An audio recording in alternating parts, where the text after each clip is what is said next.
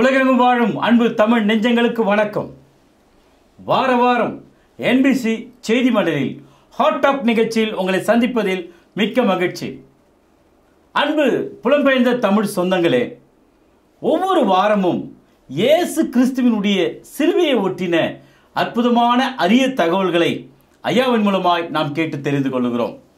ஆம் நேயர்களே, வேதத்தில் மறைந்திருக்கிற புதைப்பொருள்களை உங்களுக்கு எடுத்து காட்டுவதே இந்த கிறிஸ்தவ விழிப்புணர்வு நிகழ்ச்சியுடைய நோக்கம். அதன் அடிப்படையிலே இன்றைய நாளிலும் நமது கிறிஸ்தவ பெரியார் டாக்டர் பீட்டர் சாலமன் ஐயா அவர்களை சந்திக்கலாம். வாருங்கள் அன்பு நேயர்களே. ஐயா வணக்கம். ஐயா வணக்கம். சொல்லுங்க. வார வாரம் சிலுவை ஒட்டின ஒரு அற்புத தகவல்களை எடுத்து சொல்றீங்க.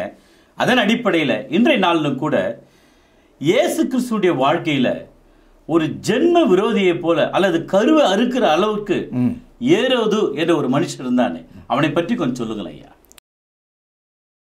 ஏரோது என்பது ஒரு குடும்ப பெயர். அதாவது இட்ஸ் a ஃபேமிலி நேம். அதாவது பழைய ஏற்பாட்டு காலத்தில் இயேசு கிறிஸ்து பிறப்பதற்கு சற்று முன்னால் கூட ஒரு ஏரோது இருக்கிறார். இயேசு வாழ்ந்த காலத்தில் அவனுடைய மகன் ஏரோது இருக்கிறார். இயேசு கிறிஸ்துவனுடைய சபை ஸ்தாபிக்கப்பட்ட காலத்தில் இவனுடைய மகன், அதாவது பேரன் ஏரோது இருக்கிறான். ஆக மொத்தம் 3 ஏரோதுகள் இருக்காங்க. ஒன்று. இரண்டாவது, இயேசு கிறிஸ்து பிறந்த காலத்தில் ஏரோது 2, ஜேரோது the 2, அவன் தான் அங்கே இருக்கிறான். பரிசுத்த ஆவியானவர் மத்தேயு எழுத்தாளரை கொண்டு அந்த சுவிசேஷத்தை எழுதும்போது ஏதோ ஒரு கவனம் அவருக்குள்ளே இருக்குது. இயேசு பிறந்ததை நமக்கு சுட்டி காட்டுவதற்கு, அவருடைய காலத்தை காண்பிப்பதற்கு ஏரோதை அவர் உள்ளே கொண்டு வர்றார். அதில் ஏதோ ஒரு நோக்கம் இருக்கிறது. நீங்கள் மத்தேயு 2ஆம் அதிகாரம் 1 வசனம் படிச்சீங்கன்னா, ஏரோது ராஜாவின் நாட்களில் யூதேயாவில் உள்ள பெத்லெகேமிலே இயேசு பிறந்த பொழுது கிழக்கிலிருந்து சாஸ்திரிகள் எருசலேமுக்கு வந்து என்ற ஒரு வசனத்தோடு தொடங்குவதை நம்ம பார்க்குறோம். இந்த ஒரே வசனத்தில் ஏரோது ஆட்சி காலத்தில் இயேசு பிறந்தார் ஒன்று. இரண்டாவது, கிழக்கிலிருந்து ஞானிகள் வந்தார்கள், இயேசுவை காணும்படி வந்தார்கள். நீங்கள் மத்தேயு 2ஆவது அதிகாரம் முதல் 10 வசனங்கள் நீங்கள் படிச்சிங்கன்னா இந்த ஏரோதை பற்றிய சில அற்புதமான தகவல்களை நம்ம புரிஞ்சுக்கிறோம். முதலாவது, இந்த ஏரோது என்பவன் ஒரு நியாயாதிபதியாக இல்லாமல் ராஜாவாக இருக்கிறார். எப்பவுமே ஒரு ராஜாவுக்கு இன்னொரு ராஜா, அவன் குழந்தையாக இருந்தாலும் சரி, நடுவயதாக இருந்தாலும் சரி, ஒருத்தன் வந்து தன்னை ராஜான்னு சொன்னாவே அவனை மறுபடியும் இருக்கவே கூடாது, அவனை தீர்த்து கட்ட வேண்டும், வெட்டி சாகடிக்க வேண்டும் என்பது தான் அவளுடைய வழக்கம். எப்போது ராஜாக்களுடைய மனநிலை அதான். அதாவது they never entertain another king, they always kill them. அப்படிப்பட்ட ஒரு சூழ்நிலையில் இருந்தபோது கிழக்கிலிருந்து வந்த ஞானிகள் ஒரு தகவலை சொல்கிறாங்க.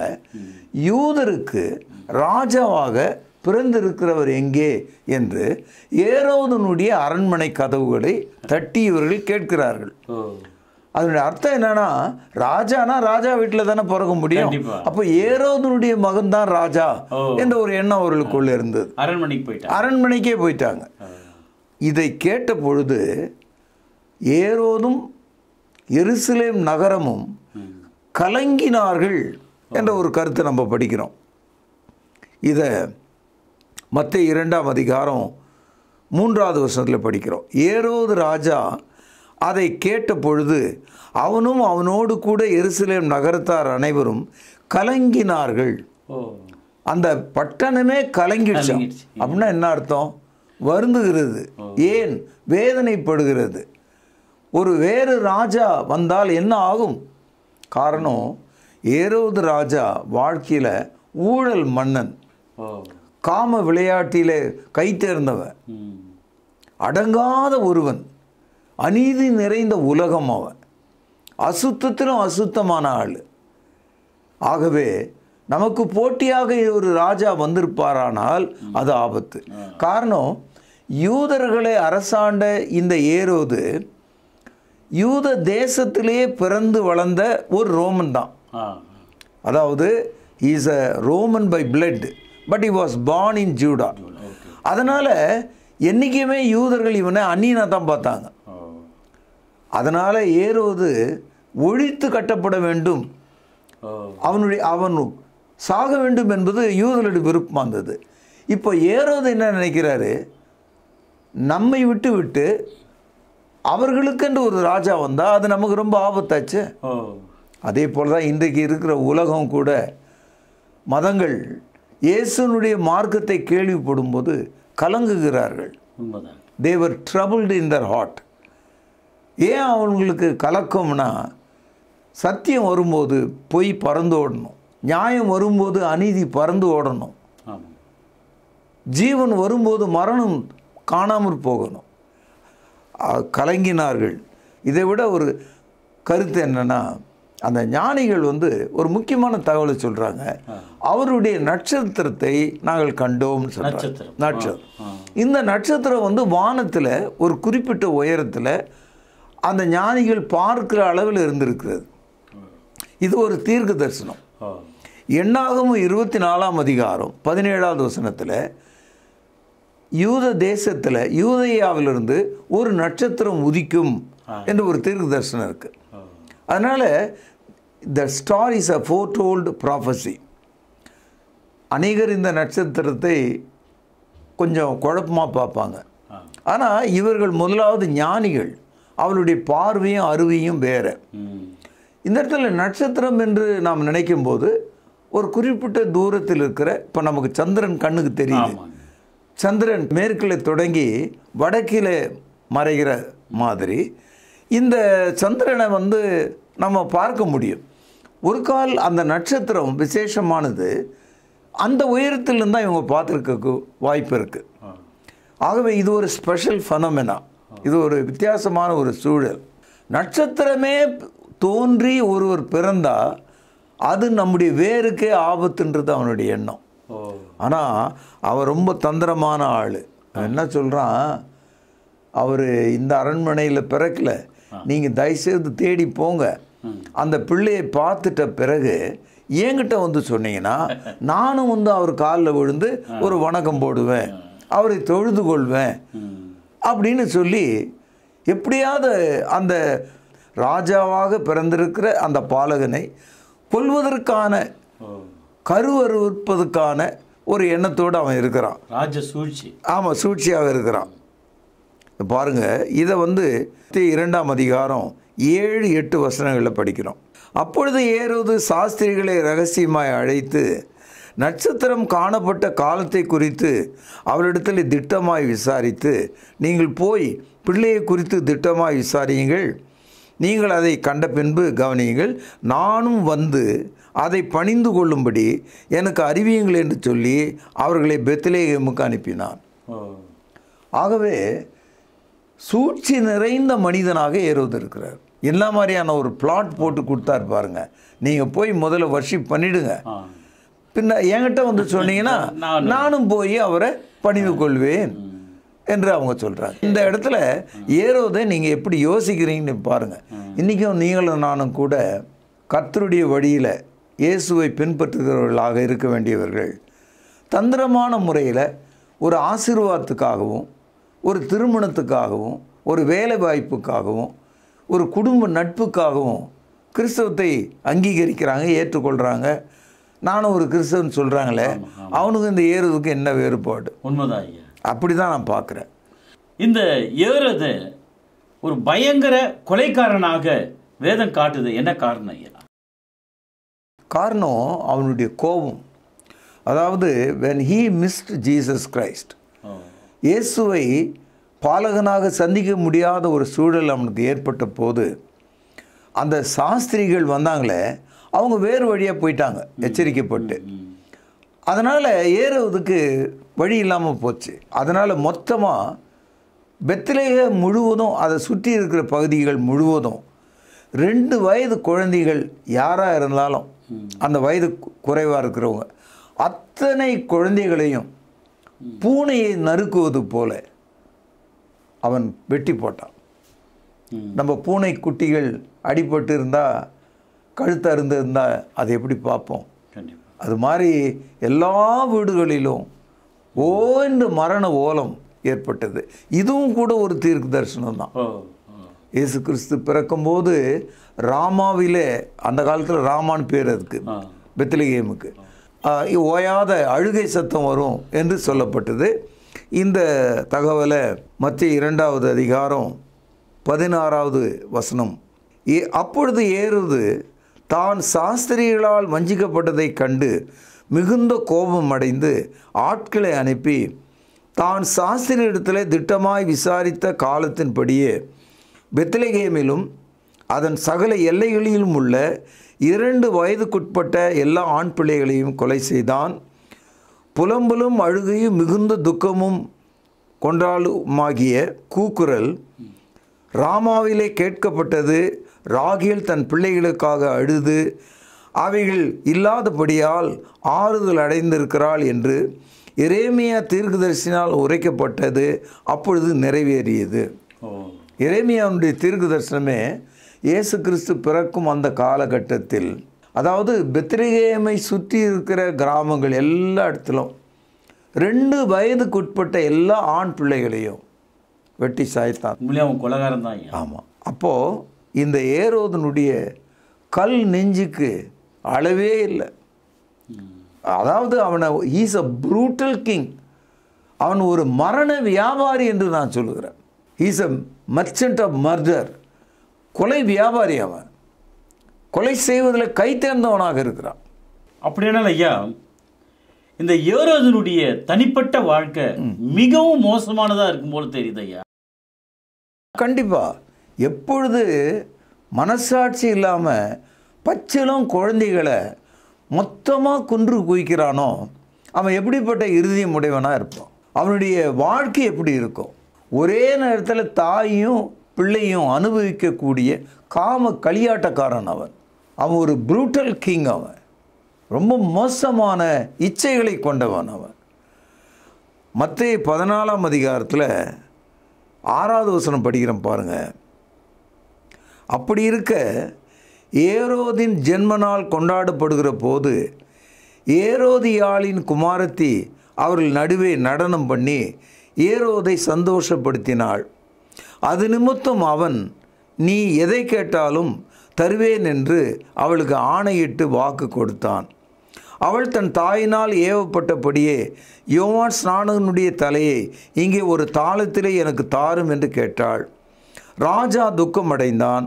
ஆகிலும் ஆணை நிமித்தமும் பந்தியில் கூட இருந்தவர்கள் நிமித்தமும் அதை கொடுக்க கட்டளையிட்டு ஆள் அனுப்பி காவற் கூடத்திலே யோவானை சிரசேதம் பண்ணுவித்தான். அவனுடைய சிரசை ஒரு தாளத்திலே கொண்டு வந்து சிறு பெண்ணுக்கு கொடுத்தார்கள்.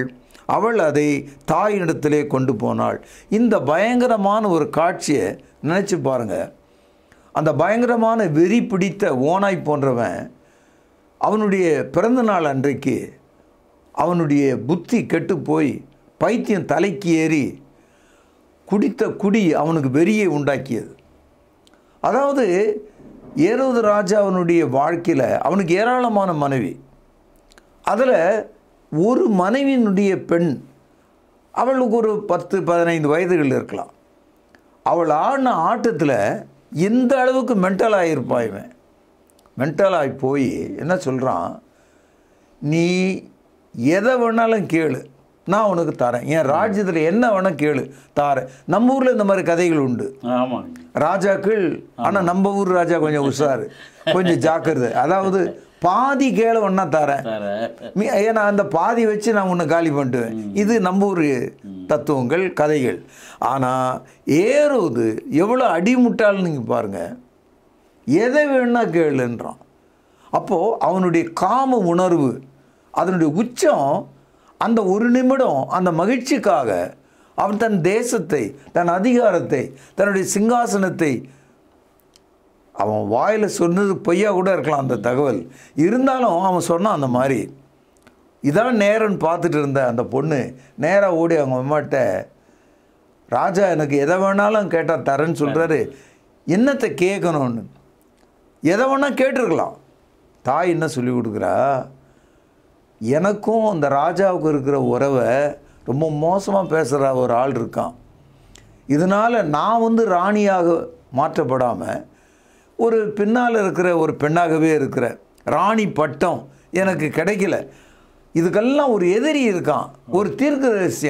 அவனுடைய பேர் யோவான் ஸ்நானன். அவன் சிறையில் இருக்கிறான். அவன் தலையை வாங்கிட்டு வா அப்படின்னு சொல்லி கொடுக்குறான். இவ எவ்வளோ கொடுமைக்காரி பாருங்க. இந்த பொண்ணு போய் அந்த ராஜா கிட்ட கேட்குறா, அந்த யோவான் ஸ்நானனுடைய தலையை கொடுங்க. ராஜாவுக்கு என்ன செய்யணும்னு தெரியல. வேறு வழி இல்லாமல் சேவர்களை அனுப்பி சிறை கூடத்தில் சிரசேதம் என்ற ஒரு வார்த்தை நீங்கள் அங்கே பார்க்குறீங்க. சிரசேதம்னா நெஞ்சில் குத்தி வயிற்றில் குத்தி சாகடிக்கிறது இல்லை, உயிருள்ள மனிதனை குனிய வச்சு கழுத்தை அப்படி வெட்டுறது, ஆடை வெட்டுற மாதிரி. இப்போது ஒரு தட்டில் அவனுடைய தலையை வச்சு அப்படியே கையில் 2 கையால் ஏந்தி கொண்டு வந்து அந்த சின்ன பெண்ணுக்கிட்ட கொடுக்குறாங்க. அந்த சின்ன பெண்ணு அதை வாங்குறான். நீங்கள் அந்த காட்சியை பாருங்கள். தலை வெட்டப்பட்ட ஒருவனுடைய தலையை தட்டில் வச்சு உங்ககிட்ட யாராவது பரிசாக கொடுத்தா பார்க்க முடியுமா? அதை கையில் வாங்க முடியுமா? உங்களுக்கு ஹார்ட் அட்டாக்கில் வரும். அதை எடுத்துகிட்டு போய் தாய்கிட்ட கொடுக்குறா. அவள் அதை சந்தோஷமாய் பெறுகிறாள். இந்த காட்சி, இந்த வரலாற்றை நீங்கள் படிக்கும்போது ஏரோது என்ற அந்த அரசனுடைய குணங்கள் எப்படிப்பட்டது, அவன் இப்படிப்பட்ட ஒரு foolish king, notorious king, womaniser என்றெல்லாம் நீங்கள் பார்க்கலாம். பயங்கரவாதி, கொலைக்காரன், காம விகாரன். இதனால்தான் ஏரோதை நாம் தரந்தாழ்ந்தவனாக பார்க்கிறோம். இந்த ஏரோதை குறித்து மட்டும் புதிய ஏற்பாட்டில் சுமார் 35 வசனம் இருக்குது. நிறைய இடத்துல ஒரு லிங்க் ஆகிறார் இயேசு கிறிஸ்துவின் வாழ்க்கையில். ஐயா, இந்த யோவான் ஸ்நானனுடைய சிறைச்சேதம் மிகவும் மனதுக்கு ஒரு வலியை வேதனை உண்டாக்குது. இயேசு கிறிஸ்துவை இந்த ஏரோது எப்படி ஐயா பார்க்குறார்? முதலாவது, இயேசு கிறிஸ்து தன்னுடைய நண்பனாகிய யோவான் ஸ்நானகனுடைய தலை வெட்டப்பட்டதை குறித்து அவர் கேள்விப்பட்ட போது, இயேசு மனிதனாக வந்ததுனால, மனித உடலில் இருந்ததுனால ஒரு மனிதனுடைய உணர்வு அவருக்கு இருந்தது. அதை குறித்து மிகவும் துன்பப்பட்டார். He was so much saddened about his friend's beard. தன்னுடைய நண்பன் சிரசேதம் செய்யப்பட்டான் என்ற அந்த கருத்து அவருக்கு மிகவும் வலித்தது. அது மட்டுமல்ல, அந்த ஏரோது இப்போ இயேசுவையும் பிடித்து சிரசேதம் பண்ணணும்னு நினைக்கிறான், முயற்சி எடுக்கிறான். பலமுறை அவரை அப்படியே பிடித்து கொண்டு வர வேண்டும் என்று அவன் முயற்சி எடுக்கிறான். இயேசு கிறிஸ்து ஏரோதுக்கு ஒரு மெசேஜ் அனுப்புகிறார், ஒரு தகவலை சொல்லி அனுப்புகிறார். அதுக்கப்புறம் என்ன ஒன்றா பண்ணு அப்படின்ற மாதிரி இருக்குது. அதான் நடக்குது. லூக்கா 13வது அதிகாரம் 29 நீங்கள் படிக்கணும். ஆனால் இன்றைக்கு நான் உங்களுக்காக காண்பிக்க போகிறது 33வது வசனம். இன்றைக்கும் நாளைக்கும் மறுநாளைக்கும் நான் நடமாட வேண்டும். எருசலேமுக்கு புறம்பே ஒரு தீர்க்கதரிசியும் மடிந்து போகிறதில்லை என்று நான் சொன்னதாக நீங்கள் போய் அந்த நரிக்கு சொல்லுங்கள்.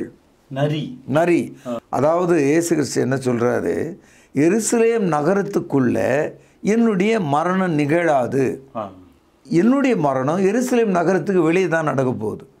ஆகவே நீ என்னை பிடிச்சிட்டு வந்து சிறைச்சாலையில் கொல்லலாம் நீ நினைக்காத. நான் நடமாட வேண்டும், நான் ஊழியம் செய்ய வேண்டும். கிழக்கிலிருந்தும் மேற்கிலிருந்தும் மக்கள் வருவார்கள் என்னை தேடிக்கொண்டு. அவர்களுக்கு நான் நற்செய்தியை சொல்ல வேண்டும். கோழி தன் குஞ்சுகளை கூட்டி சேர்ப்பது போல நான் ஜனங்களை கூட்டி சேர்க்க வேண்டும் என்று நீங்கள் போய் அந்த நரிக்கு சொல்லுங்கள். இந்த இடத்துல 33வது வசனத்தில் ஆங்கிலத்தில் ஃபாக்ஸ்னு இருக்குது. நரிக்கு சொல்லுங்கள். இப்போது நம்ம ஊரில் பார்த்தீங்கன்னா நரி என்ற வார்த்தையை கேட்கும்போது தந்திரம் என்ற ஒரு கருத்து, நரி தந்திரம். நரி வந்து நேராக அடிக்காது, நேராக அடிச்சிடாது. அதுக்கு பதிலாக வேற ஒரு மிருகத்தை கொண்டு சாய்ச்சிட்டு அதுக்கப்புறம் இது போய் சாப்பிடும். நரி என்ற வார்த்தையை ஏரோதை பார்த்து சொல்கிறார். இயேசு கிறிஸ்து புண்படை யாரையும் பேசினதில்லை. இங்கே ஏரோதனுடைய வாழ்க்கை, மனநிலை, நியாயம், அவனை பற்றிய ஒரு முழு அடையாளத்தை நரிக்கு ஒப்பிடுகிறார். ஒரே வார்த்தையில் சொல்லிட்டார். அந்த நரிக்கு போய் சொல்லுங்க. இன்னைக்கு நீங்களும் நானும் கூட நிறைய நரிகள் மத்தியில் தான் இருக்கோம். உண்மைதானே? ஆமாம் ஐயா. நான் கேட்கணும்னு நினச்சேன். அது முந்தைய கேள்வியுடைய தொடர்ச்சி தான்.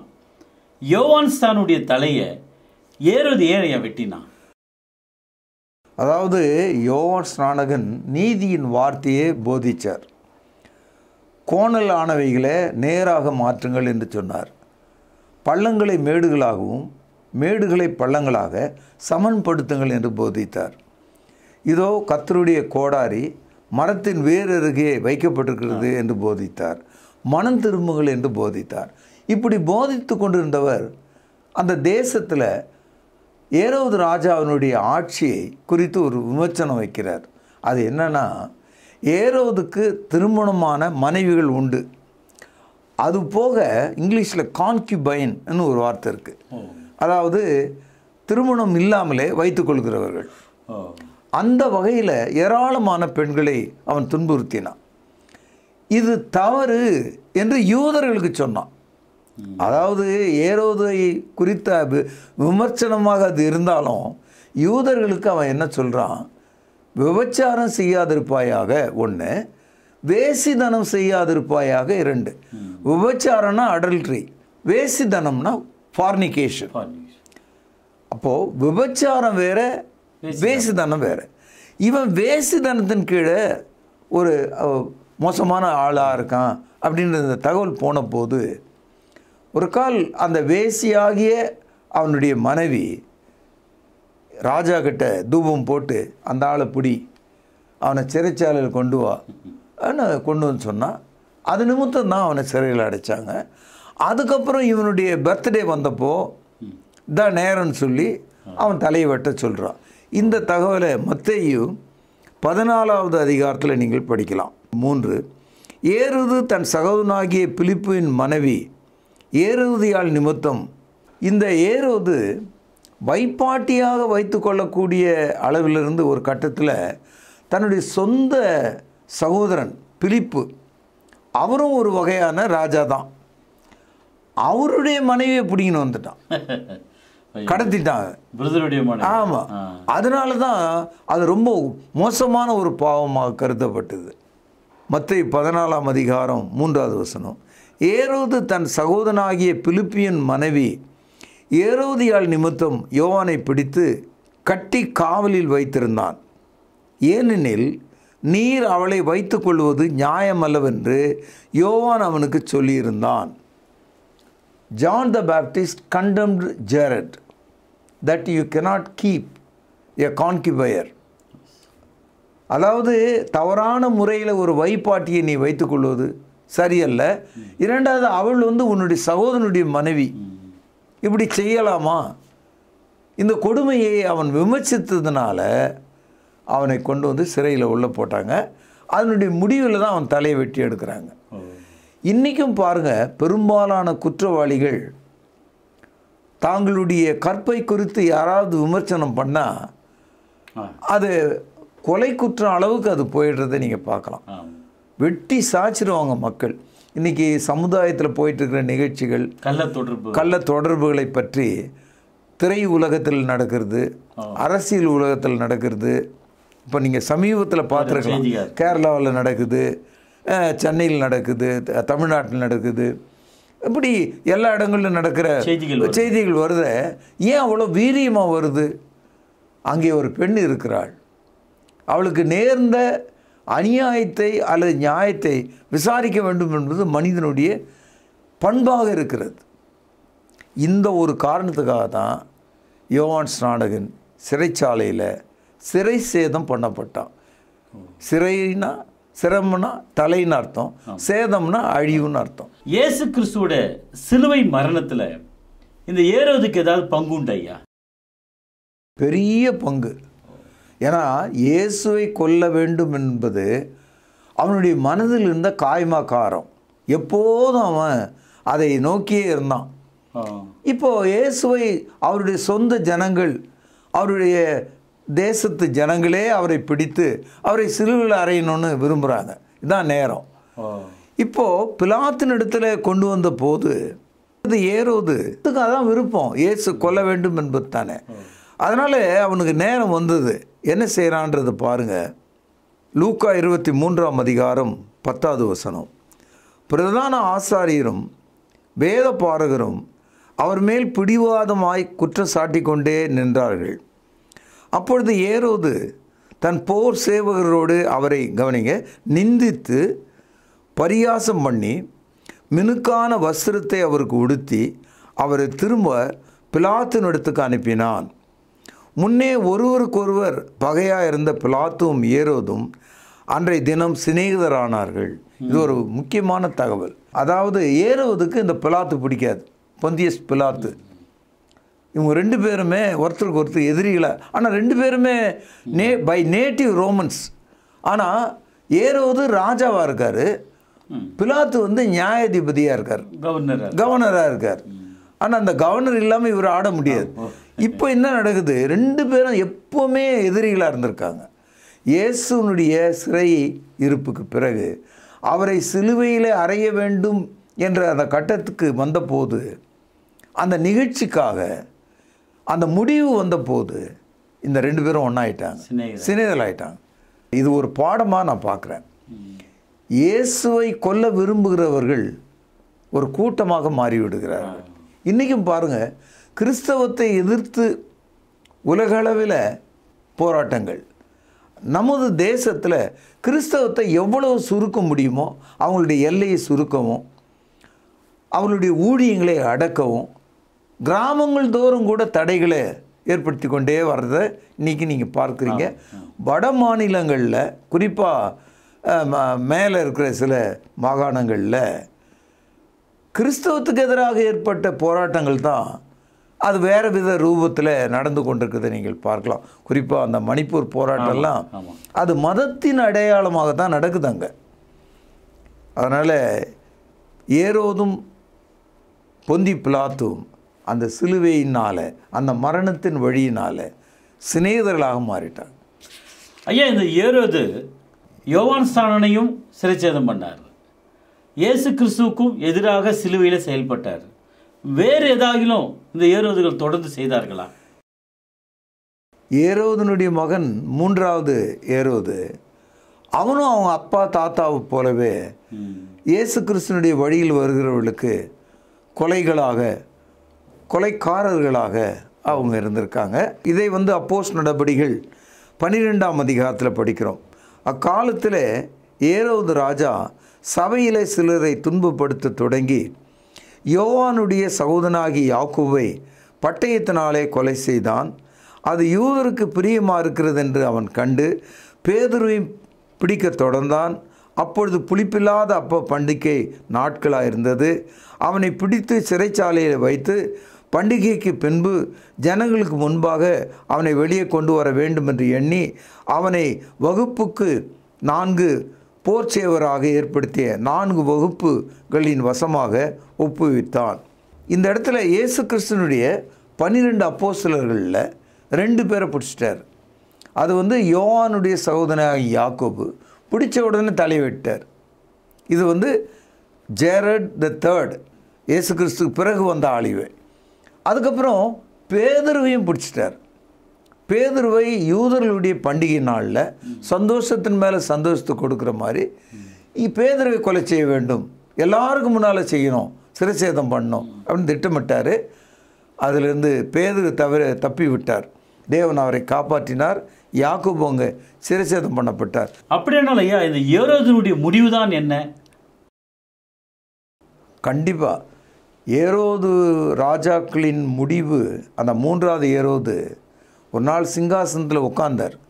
ஜனங்கள்லாம் அவரை பார்த்துக்கிட்டே இருந்தாங்க. அவன் ஏதோ பேசினான். அவங்க ஜனங்க இது வந்து கடவுளுடைய வார்த்தை இவர் பேசுகிறாரு அப்படின்னு பொய்யாக ஒரு தகவலை சொன்னாங்க. இன்றைக்கும் பாருங்கள், தவறான சத்தியத்தை சொல்கிறவங்கள தான் நீதிமான உலகம் சொல்லும். அப்படி தான் சொன்னாங்க. திடீர்னு அவர் உட்கார்ந்திருந்த சிங்காசனத்திலிருந்து ஆள் காணாமல் போயிட்டார்.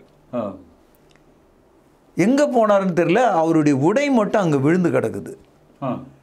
அதாவது ஒரு மூட்டை அரிசி ஏதோ ஒரு காரணத்தால் எலி சாப்பிட்டதுனால கீழே மூட்டையில் இருக்கிற அரிசியெல்லாம் வெளியே வர மாதிரி ஏரோது ராஜா சிங்காசனத்தில் உட்கார்ந்த வண்ணமாக அவருடைய உடை இருக்கிறது. ஆனால் கீழே புழுக்கள் அந்த அறை முழுவதும், அந்த மண்டபம் முழுவதும் அது அப்படி போய்கொண்டிருக்கு. புழுவாக போறாம புழு பூத்து இறந்தான். He became a worm. இந்த கருத்தை அப்போஸ்தலர் நடபடிகள் 12வது அதிகாரம் 23வது வசனம், அவன் தேவனுக்கு மகிமை செலுத்தாதபடியினால் உடனே கர்த்தருடைய தூதன் அவனை அடித்தான், அவன் புழு பூத்து இறந்தான்.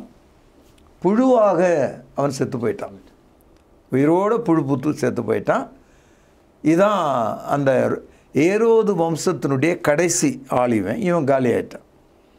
அதனால் ஏரோதின் இடத்துலேருந்து நாம் கற்றுக்கொள்ள வேண்டிய ஒரு பாடம், கர்த்தருக்கு எதிர்த்து நிற்கிறவர்கள் முடிவில் என்ன ஆனார்கள் என்ற ஒரு தகவல் நமக்கு பயத்தையும் நடுக்கத்தையும் கீழ்ப்படுதலையும் கொடுக்கும் என்று நான் நம்புகிறேன்.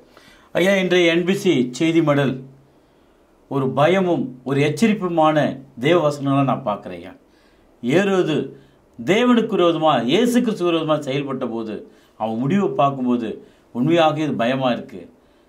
ரொம்ப அருமையாக விளக்கி சொன்னீங்க ஐயா, ரொம்ப நன்றிங்க. நன்றி. என்ன நேயர்களே, இன்றைய என்பிசி செய்தி மடல் கிறிஸ்தவ விழிப்புணர்வு நிகழ்ச்சி உங்களுக்கு ஒரு எச்சரிப்பையும் மிகவும் பிரயோஜனமாக இருக்கிறது என்று நான் நம்புகிறேன். தொடர்ந்து நிகழ்ச்சியை பாருங்கள், அநேகருக்கு இந்த நிகழ்ச்சியை அறிமுகம் செய்யுங்கள். அதுவரை மீண்டும் ஒரு புத்தம் புதிய கேள்விகளுடன் உங்களை சந்திக்கும் வரை விடைபெறுவது உங்கள் அன்பு அறிவிப்பாளன் சார்லஸ் எஸ் குணசேகரன். நன்றி, வணக்கம். வணக்கம்.